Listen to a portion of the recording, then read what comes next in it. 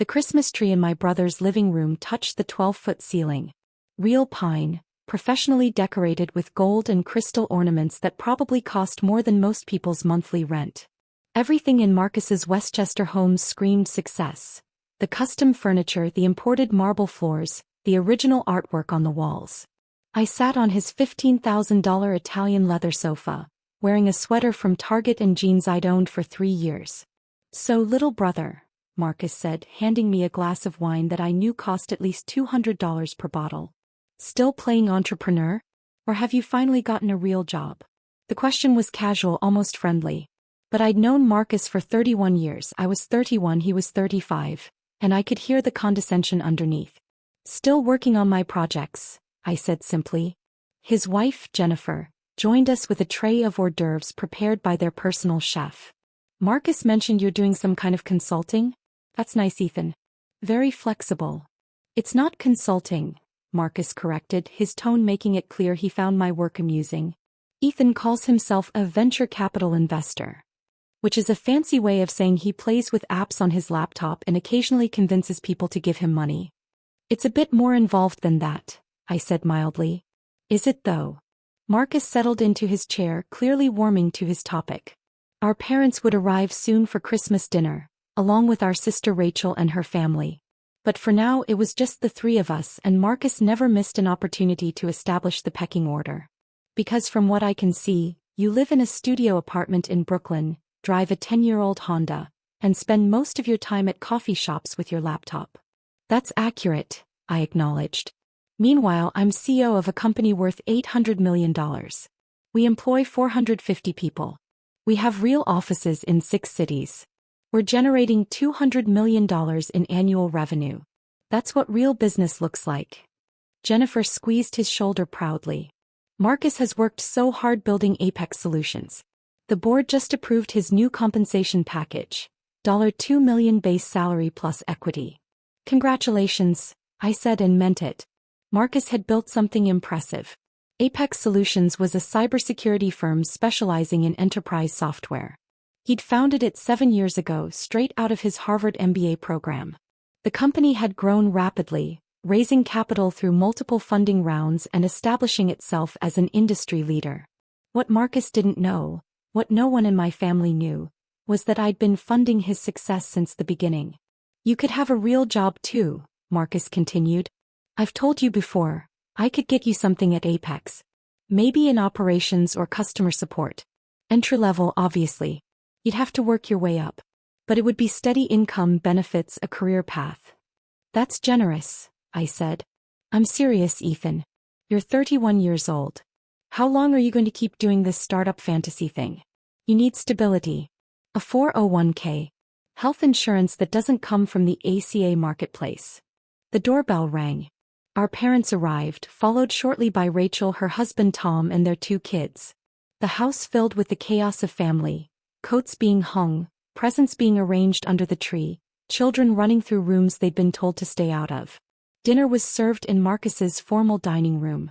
A table that seated 14, set with china that Jennifer mentioned had been a wedding gift from Marcus's mentor. Prime rib, roasted vegetables, 3 kinds of potatoes, wine that Marcus selected from his temperature-controlled cellar. "A toast," our father announced, raising his glass. "To Marcus for another extraordinary year. Apex Solutions continues to exceed every expectation. We're so proud of what you've built." Everyone raised their glasses. I joined them. "And to Ethan," my mother added diplomatically, "who continues to pursue his passions." The difference in tone was subtle but unmistakable. Marcus had built something. I was pursuing passions. "Speaking of which," Rachel said, turning to me with well-meaning curiosity, "how is your investing thing going? Are you making any money?" "It's going well," I said. "But like actual money?" her husband Tom pressed. "Or is it more of a hobby?" Marcus answered before I could. "Ethan's very private about his finances. Which usually means there's not much to discuss. But that's fine. Not everyone can be a business owner. The world needs people in all kinds of roles." "I am a business owner," I said quietly. "Of what exactly?" Marcus's smile was patronizing. "Do you have employees? An office? Actual revenue?" Or are you calling yourself a business owner because you filed an LLC and made a website? I could have answered. Could have explained that I managed a portfolio worth $920 million. Could have detailed my ownership stakes in 43 companies across various industries. Could have mentioned that I'd exited 7 companies in the past decade, generating over $400 million in personal returns. Instead, I said, I have investments in several companies. Right. Investments. Marcus made air quotes. Look, I'm not trying to be harsh. I'm trying to help you see reality. Real investing requires capital. Significant capital. You'd need millions, tens of millions, to be a serious venture capital player. And unless you're hiding a trust fund I don't know about. He left the sentence hanging, inviting everyone to laugh at the absurdity. They did. What Marcus is trying to say, Jennifer interjected gently, is that we worry about you. We all do. You're so smart, Ethan. You could do something really meaningful with your life if you just commit to a traditional career path. The conversation moved on. Marcus told stories about Apex Solutions, their latest client acquisition, their expansion plans, their preparation for an eventual IPO. Everyone listened with rapt attention, asking questions, offering congratulations. When I mentioned that one of my portfolio companies had just been acquired by Google, Marcus barely acknowledged it. That's nice, he said dismissively. Though I have to say, selling to Google usually means the founders couldn't make it on their own. Real companies stay independent. After dinner, while everyone gathered in the living room for presents, I stepped outside onto Marcus's back deck. The December air was cold, but I needed the space. I pulled out my phone and opened my investment management app, the one connected to my primary account at Kingsley Capital Management. The dashboard loaded, showing my current holdings. Kingsley Capital Management Portfolio Manager. Ethan Michael Reynolds. Total assets under management. $920,447,221. I scrolled to my largest position. Apex Solutions. Apex Solutions Incorporated investment across 6 entities. $304,700,000 ownership percentage. 52.3% status. Majority stakeholder. I'd started investing in Marcus's company 7 years ago, during his seed round. He'd been desperately seeking capital, pitching to dozens of VCs, most of whom had passed. The cybersecurity market was crowded, and Marcus was an unproven first-time founder with a Harvard pedigree but no real track record. I'd believed in him though. In his vision, his work ethic, his technical knowledge. So I'd invested $12 million through my first investment vehicle, Aurora Holdings LLC. I was 24 years old, managing capital from my second startup exit. As Apex Solutions grew and raised subsequent funding rounds, I'd continued investing. Series A, $45 million through Summit Ventures LP. Series B, $89 million through Cascade Capital Partners. Series C, $98 million through Redwood Equity Group. Series D, $42 million through Phoenix Investment Holdings. And finally, a private placement last year, $18.7 million through Zenith Capital Management. Total, $304.7 million invested across 6 carefully structured entities, all managed through Kingsley Capital, all with beneficial ownership traced back to me. Marcus had no idea that his annoying younger brother, the one who played entrepreneur and needed to get a real job, owned 52.3% of his company. I called Arthur Kingsley, my portfolio manager and the founding partner of Kingsley Capital Management. He answered immediately. Ethan, Merry Christmas. What can I do for you? I need to liquidate my Apex Solutions position. All 6 entities. Complete withdrawal. There was a long pause. That's $304.7 million across your entire holding. May I ask what precipitated this decision? Family dynamics. I see. Arthur's voice was careful. You understand the implications? Apex Solutions is preparing for an IPO in Q2. Your position could easily be worth $500 million or more post-IPO. You'd be walking away from at least $200 million in unrealized gains. I understand. And the disclosure requirements. As majority stakeholder, your liquidation requires immediate SEC notification. The board will be informed within the hour. Your identity will be revealed. That's fine. Ethan, I've managed your portfolio for 8 years. This is your anchor investment. Your brother's company. Are you absolutely certain this is what you want? I looked through the glass doors at my family gathered around the Christmas tree. Marcus was holding court, telling another story about his business acumen. Everyone was laughing, admiring, celebrating his success. Success I'd funded. Execute the sale, I said. All 6 entities. Immediately.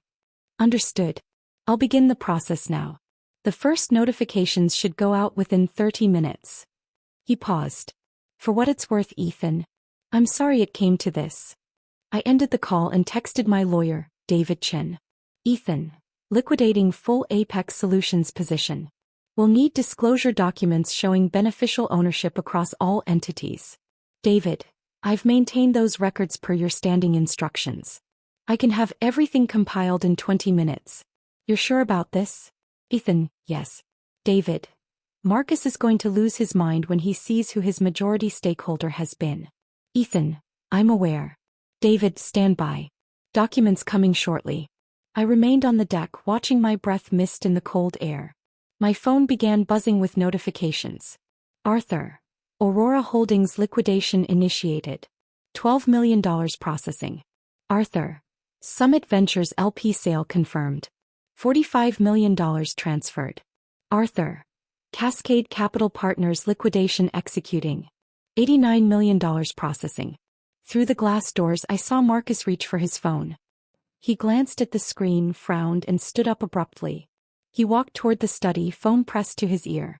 Arthur. Redwood Equity Group liquidation complete. $98 million transferred. Arthur. Phoenix Investment Holdings sale confirmed. $42 million processing. Jennifer joined Marcus in the study. Through the glass, I could see her expression change from confused to shocked. Arthur. Zenith Capital Management final liquidation complete. $18.7 million transferred. Total withdrawal $304.7 million. 0 remaining equity in Apex Solutions. The study door burst open. Marcus strode out, his face completely drained of color. He was holding his phone like it was a live grenade. Everyone needs to leave, he announced. Family emergency. I'm sorry, but we need the house cleared. Now. Marcus, what's wrong? Our mother asked, standing quickly. Just go. Please. I'll explain later. Rachel gathered her confused children. Tom helped our parents with their coats. Within 5 minutes, the house was empty except for Marcus, Jennifer, and me. I came in from the deck. Marcus was staring at his phone, scrolling through what I assumed were notifications from his board of directors. His hand was shaking. What the hell is happening? Jennifer asked. Marcus, you're scaring me. He looked up at me.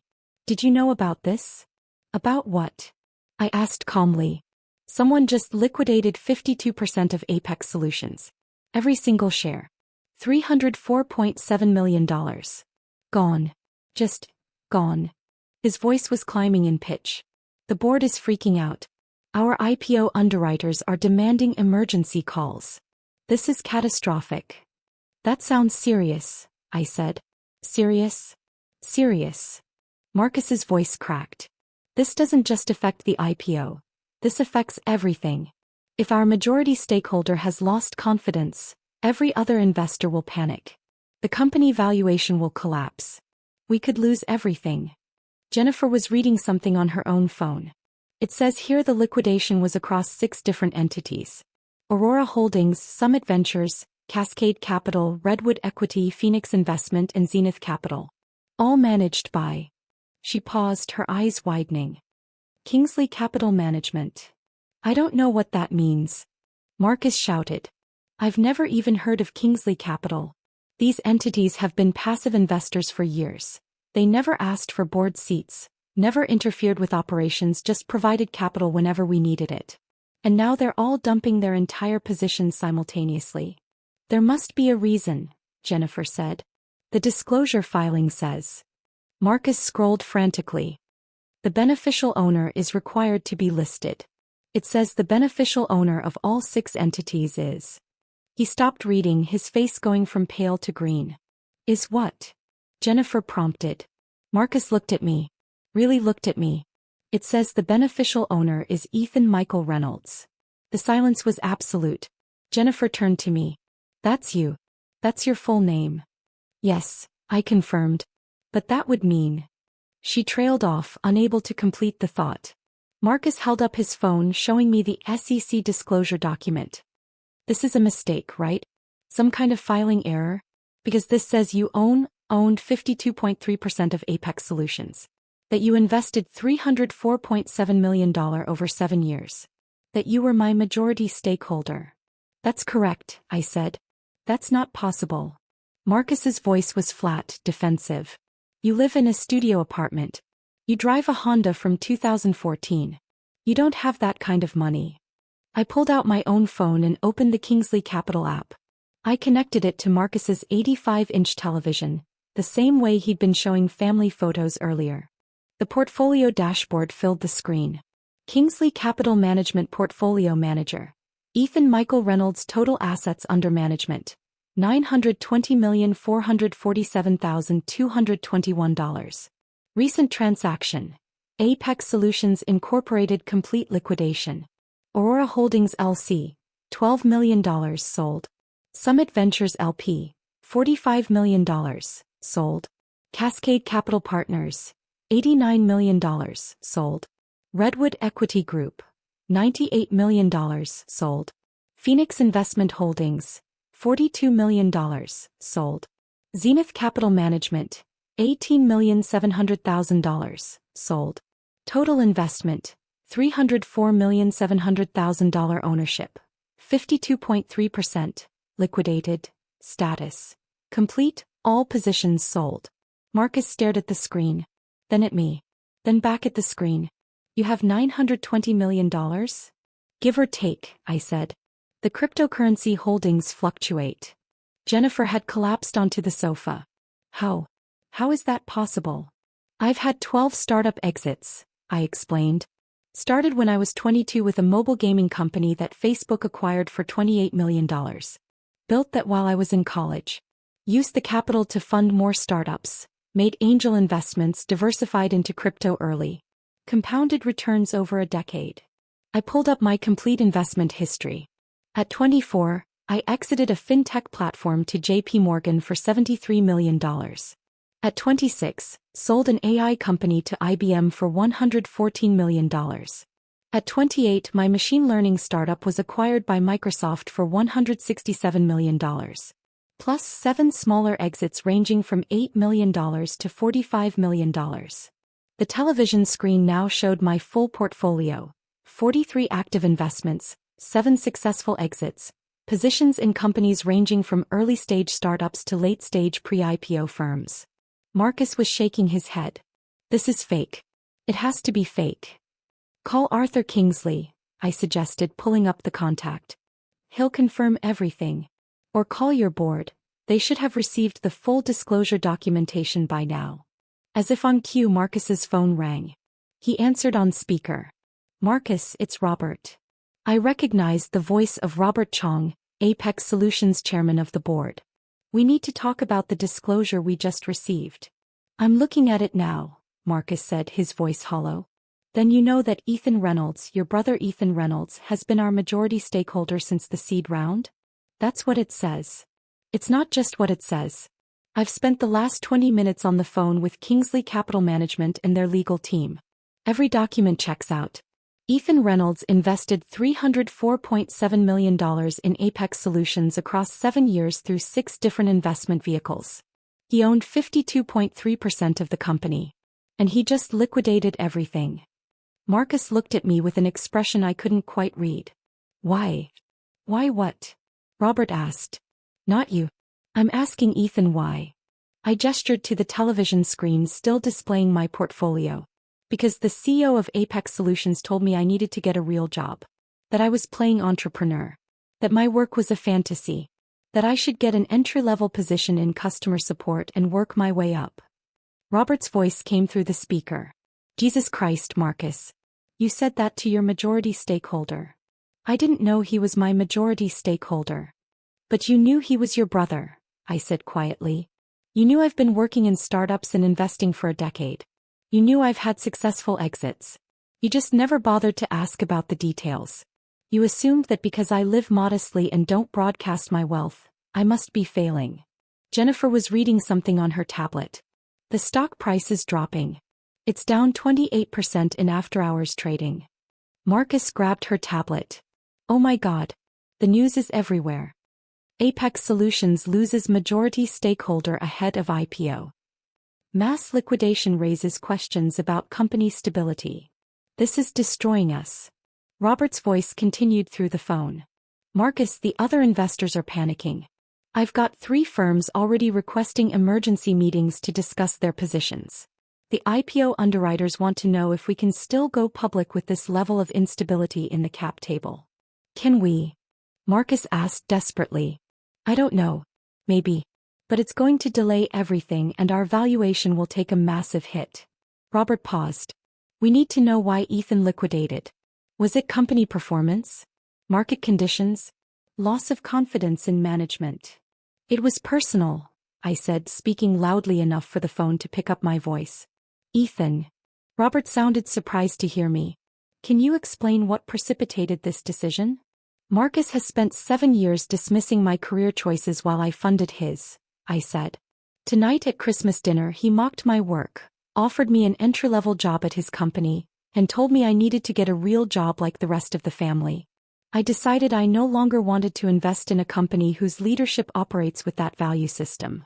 The phone was silent for a long moment. Then Robert spoke, his voice carefully controlled. Marcus, is that accurate? I didn't know, Marcus protested. If I'd known he was my investor. That's the problem, I interrupted. You treated me like I was worthless because you thought I was broke. Now that you know I have $920 million, suddenly my opinions matter? That's exactly the kind of leadership philosophy I don't want to support. We need to fix this, Robert said. Ethan, what would it take to reverse the liquidation? It's done, I said. The shares are sold. The capital is already being reallocated to other investments. We could structure a new investment, Robert suggested. Better terms. Board representation. Whatever you need. I don't need anything from Apex Solutions, I replied. What I needed was basic respect from my brother.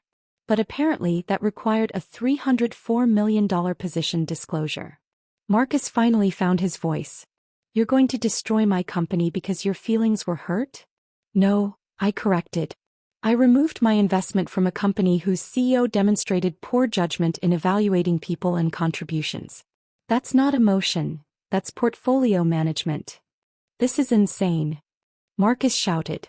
You can't just tank a company because of a family argument. I didn't tank your company, I said calmly. I liquidated my position. What happens next depends on how you and your board respond. If Apex Solutions is truly as strong as you claim, it will survive losing one investor. One investor? Marcus's voice cracked. You were 52% of the company. You were the majority stakeholder. The anchor investor. Without you, the entire shareholder structure collapses. My phone buzzed. Arthur, stock down 34%. 3 institutional investors have announced liquidation. Total withdrawal from Apex, $97 million so far. I showed the notification to Marcus. He read it and made a sound like he'd been punched. This is a cascade. They're all pulling out because you pulled out. The company is going to collapse. Then maybe you should have thought about that before telling your majority stakeholder to get a real job, I said. Jennifer had been quiet throughout the exchange, but now she spoke up. Ethan, please. I know Marcus said hurtful things. He's always been competitive with you. But there are 450 employees at Apex Solutions. People with families, mortgages, kids in college. If the company fails, they all lose their jobs. Those employees deserve better leadership, I replied. Leadership that values competence over appearances. Leadership that doesn't mock people's career choices. Leadership that recognizes contribution regardless of its packaging. Robert was talking to someone in the background. He came back on the line. The board is requesting an emergency meeting tomorrow morning. Ethan, will you attend? Even just to explain your position? I'm no longer a shareholder, I said. I have no reason to attend board meetings. As a courtesy then, please, give us a chance to understand what happened and how we can move forward. I looked at Marcus. His face was ashen, his earlier confidence completely shattered. The CEO of an $800 million company, my $800 million company, reduced to panic by a single phone call. "I'll think about it," I said. "But I'm not making any promises." I disconnected my phone from the television and headed toward the door. "Where are you going?" Marcus demanded. "Home. To my studio apartment in Brooklyn. The one you think is evidence of my failure." "Ethan, wait." "I've spent 7 years waiting," I interrupted. "Waiting for you to ask about my work. Waiting for you to show interest in my investments. Waiting for you to treat me like an equal instead of a charity case. I'm done waiting." Jennifer followed me to the door. "Please don't leave like this. Stay. Let's talk this through. Marcus will apologize." "Will he?" I asked. "Or will he apologize because he now knows I control his company's future?" There's a difference between genuine remorse and strategic contrition. I opened the door. Marcus appeared in the hallway, his phone ringing constantly. "The board is calling. Our counsel is calling. The IPO underwriters are calling. I have to deal with this. But Ethan, please, just tell me what you want." "I wanted a brother who respected me," I said simply. "Not for what I have but for who I am. But you couldn't give me that. So I'm removing my capital from your company and investing it somewhere else." "Where?" "Companies founded by people who were underestimated. People who were told to get real jobs. People who built something remarkable while being dismissed as failures." I paused in the doorway. "People like me." I left. My Honda, the 10-year-old car Marcus had mocked, started on the first try. I drove back to Brooklyn in silence, my phone buzzing constantly with calls from my family that I didn't answer. When I got home, I opened my laptop and reviewed Arthur's reallocation proposals. He'd already identified 8 companies that fit my criteria. Founders who'd been overlooked, dismissed, or underestimated. Companies building real value despite lacking traditional pedigrees or networks. I approved investments totaling $287 million across all 8. My phone rang. "David, my lawyer. The internet has exploded," he said. TechCrunch, Bloomberg, Wall Street Journal. Everyone's covering the Apex Solutions story. The narrative is, disgruntled sibling destroys tech IPO. "That's fine," I said. "It's also bringing attention to your other investments. Several of your portfolio companies have issued statements supporting your decision. They're saying things like Ethan Reynolds judges companies by their merit, not their pedigree, and this is why we trust Reynolds Capital. Integrity over convenience." "Reynolds Capital?" I asked. "That's what they're calling you. Your portfolio companies, the media, everyone. You've essentially launched your own brand by taking this stance." My laptop showed multiple news alerts. Mystery investor behind multiple unicorns revealed after Apex Solutions exit. Ethan Reynolds, the quiet force behind dozens of successful startups. Self-made millionaire walks away from brother's company after years of mockery. Reynolds Capital, investment philosophy based on merit over credentials.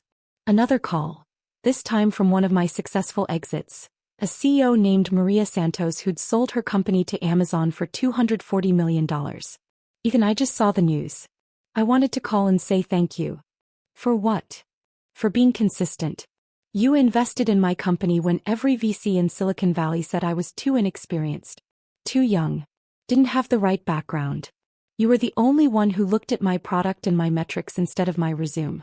And now you're walking away from a company that treated you the same way. That's integrity." After we hung up, 6 more portfolio company founders called with similar messages.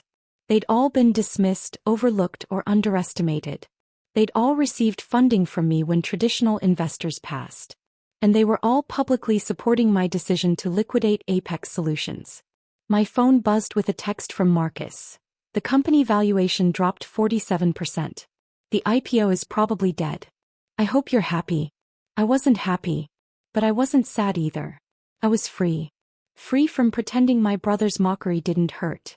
Free from funding someone who saw me as a failure. Free from waiting for respect that would never come without a 9-figure disclosure. Another text, this time from my mother. "Please talk to your brother. He's devastated. The whole family is upset." I typed back. "The whole family spent Christmas listening to Marcus mock my career. Where was the upset then?" She didn't respond. At midnight, my portfolio showed the complete reallocation. $304.7 million liquidated from Apex Solutions, $287 million deployed to 8 new investments, $17.7 million held in reserve for upcoming opportunities. $0 in my brother's company. Zero obligation to fund someone who would never see me as anything more than the disappointing younger brother who needed to get a real job. My phone rang one final time. Marcus. I answered. I'm sorry, he said. His voice was hoarse, defeated. I was an asshole. I've always been an asshole to you. I know that. And I'm sorry. Okay. Is that all you're going to say? What do you want me to say, Marcus? That I accept your apology? That I'll reinvest? That we can go back to how things were? Yes. Any of that. All of that. I accept your apology, I said. But I'm not reinvesting. And we can't go back because how things were was me funding your success while you treated me like a failure. I don't want to go back to that. The company might not survive this. Then you'll build something else, I said. You're talented, Marcus. You really are. Apex Solutions is a good company. You're just a bad brother. That's not fair. You're right, I interrupted. It's not fair that I had to prove my worth with a $304 million investment before my own brother would take me seriously. But here we are. I ended the call. Outside my studio apartment window, Brooklyn was alive with Saturday night energy. People living their lives, chasing their dreams, building their futures. None of them knew that the guy in the modest apartment with the old Honda had just reshaped the tech investment landscape with a single liquidation. None of them needed to know. Because the best revenge isn't destruction. It's building something so successful that walking away barely leaves a dent in your portfolio. It's proving that you never needed their approval in the first place. It's taking your $920 million and investing it in people who understand what it's like to be underestimated. My brother had built an $800 million company. I'd funded it. And now I'd freed myself from it. The family business would survive or collapse on its own merits. But I was done being the invisible foundation that no one acknowledged until it cracked.